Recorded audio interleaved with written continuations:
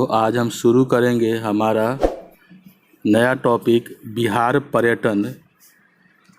बिहार और जानेंगे बिहार में कुछ मशहूर प्रमुख पर्यटन व पर्यटन सर्किटों के बारे में। तो दोस्तों, राज्य में पर्यटन के अवसरों को बढ़ावा देने और प्रोत्साहित करने के लिए पर्यटन विभाग बिहार सरकार ने की एक पहल है। यहाँ पर्यटन स्थल को विभिन्न सर्किट के रूप में दर्शाया गया है, जैसे कि इन सर्किटों का नाम है बौद्ध circuit, Jain circuit, Sikh circuit, Sufi circuit, Ramayana circuit, Shiv Shakti circuit, पारिस्थितिकी इको सर्किट, गांधी सर्किट और हिंदू सर्किट। तो दोस्तों आज हम देखेंगे, आज का हमारा पहला टॉपिक है बुद्ध सर्किट, जिसमें प्रथम है लौरिया नंदनगढ़। लौरिया नंदनगढ़ जो है वो पश्चिमी चंपारण जिले का एक छोटा सा नगर है, जहाँ सम्राट अशोक द्वारा निर्मित एक विशाल स्तंभ है, जिसे लौरिया नंदनगढ़ का अशोक स्तंभ कहते हैं। यहाँ 3 पंक्तियों में 15 स्तूप मिले हैं। मौर्य साम्राज्य के बहुत से ध्वंसावशेष यहाँ से प्राप्त हुए हैं। दूसरा है हमारा लौरिया अरारेज।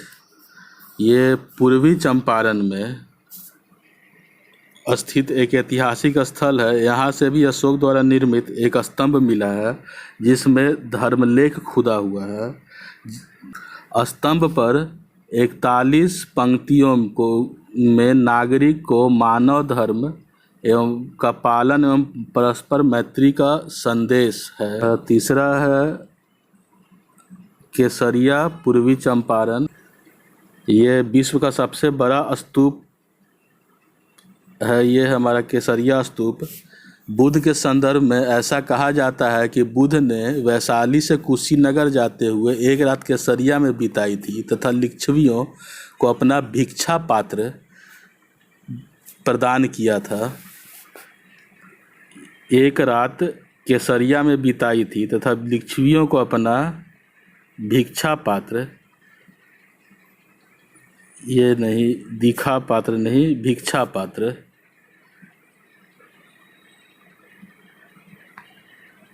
भिक्षा पात्र, तो भिक्षा पात्र प्रदान किया था।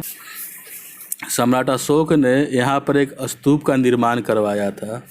इसे विश्व का सबसे बड़ा स्तूप होने का सौभाग्य प्राप्त है। चौथा देख लेते हैं बौद्ध गया। बौद्ध गया के बारे में, गया जिले में स्थित एक नगर है बौद्ध गया। यहाँ महात्मा बुद्ध को बोधि वृक्ष के तले ज्ञान प्राप्त हुआ था। तो बोध का अर्थ होता है ज्ञान, तथा ज्ञान का भूमि बोध गया। तो यह स्थान जहाँ सिद्धार्थ को ज्ञान प्राप्त हुआ था। वर्ष 2022 में यूनेस्को द्वारा इस शहर को विश्व विरासत स्थल धरोहर में शामिल किया गया। अब देख लेते हैं वैशाली। तिरहुत प्रमंडल का एक जिला है। वैशाली में ही विश्व का सबसे पहला गणतंत्र यानी रिपब्लिक कायम किया गया था। वैशाली भगवान महावीर की जन्मस्थली होने के कारण बौद्ध धर्म को मानने वालों के लिए एक पवित्र नगरी है। भगवान बुद्ध इस धरती पर 3 बार आए थे, 3 बार आगमन हुआ था। ज्ञान प्राप्ति के 5 वर्ष बाद भगवान बुद्ध का वैशाली आगमन हुआ था, जिसमें वैशाली के प्रसिद्ध नगर वधु आम्रपाली सहित 84,000 नागरिक संघ में शामिल हुए थे। वैशाली के समीप ही कोलुहा नामक स्थान है, जहां भगवान बुद्ध ने अपना अंतिम संबोधन किया था। इनकी याद में सम्राट अशोक ने 3री शताब्दी ईसा पूर्व में सिंह स्तंभ का निर्माण कराया था। महात्मा बुद्ध के परिनिर्माण के 100 वर्ष बाद वैशाली में दूसरे बौद्ध परिषद का आयोजन हुआ था। इस बौद्ध आयोजन को याद में 2 स्तूप वैशाली में बनवाए गए थे। वैशाली के समीप ही एक विशाल बौद्ध मठ है जिन्हें भगवान बुद्ध उपदेश दिया करते थे। यहीं पर हाजीपुर में बुद्ध के प्रिय शिष्य आनंद की पवित्र अस्थियां भी रखी हुई है। 5वीं तथा 6ठी सदी के दौरान चीनी यात्री फाहियान और हेनसांग ने वैशाली का भ्रमण कर यहाँ का भव्य वर्णन किया है। यह राजगीर बुद्ध की साधना भूमि कही जाती है। राजगीर को नालंदा जिले में स्थित एक ऐतिहासिक नगर है। कभी यह मगध साम्राज्य की राजधानी हुआ करती थी। भगवान बुद्ध की साधना भूमि राजगीर में ही थी। राजगीर का जिक्र ऋग्वेद, अथर्ववेद, तैत्तिरीय उपनिषद, वायु पुराण, महाभारत, वाल्मीकि रामायण आदि ग्रंथों में आता है। बुद्ध के समय प्रसिद्ध वैद्य जीवक राजगीर में थे, पर भगवान बुद्ध यहाँ के गिरकूट पहाड़ी पर उपदेश देते थे। भगवान बुद्ध के यहाँ बुद्ध के निर्वाण के बाद बौद्ध धर्मावलंबियों का पहला सम्मेलन वैभवगिरी पहाड़ी में की गुफा में हुआ था। बोधगया से राजगीर भगवान बुद्ध जिस मार्ग से आए थे उनमें भी अनेक स्थल नालंदा, पावरपुरी, राजगीर और बोधगया एक कड़ी में है। यहाँ जापानी बुद्ध संघ ने विश्व शांति स्तूप बनवाया था। देख लेते हैं, अगला टॉपिक है हमारा जहानाबाद। बौद्ध सर्किट का ये एक महत्वपूर्ण स्थान है जहानाबाद। यह पटना के समीप पश्चिमी बिहार स्थित प्राचीन ऐतिहासिक स्थल है। 3री से 2री शताब्दी ईसा पूर्व मौर्य काल की मीरा, बिघा और नागार्जुन की पहाड़ियों की पहाड़ी गुफा पाई जाती है। जहानाबाद में पर्यटक स्थल सतघरवा है। 7 गुफाओं का एक समूह है जिनमें 4 गुफाएं बराबर पहाड़ियाँ और बाकी 3 नागार्जुन पहाड़ियों में है। तो 7 गुफाओं का एक समूह है जिसमें 4 गुफा जो है वो बराबर पहाड़ियों में है, जिसमें करण चूपर गुफा है, सुदामा गुफा, लोमस ऋषि गुफा तथा विश्व जोपरी गुफा। यह है बराबर की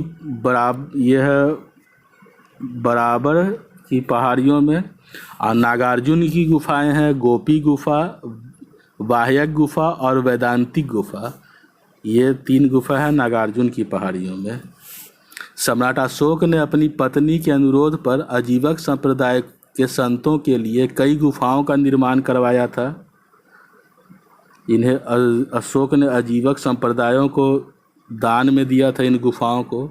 कुछ इतिहासकारों के अनुसार इस स्थान पर भगवान बुद्ध ने 12 वर्षों की लंबी कठिन तपस्या के तत्पश्चात वह बोध गया चले गए, जहां उन्हें ज्ञान की प्राप्ति हुई।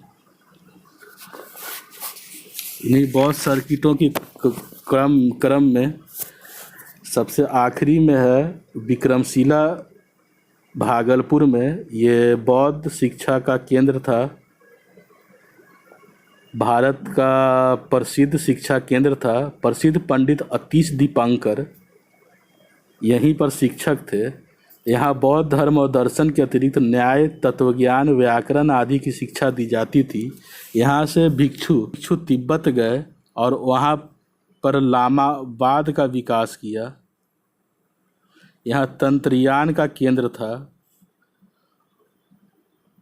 यह विश्वविद्यालय तंत्रयान के अध्ययन के लिए प्रसिद्ध था तथा यहाँ पर कुल 106 की संख्या में विहार थे।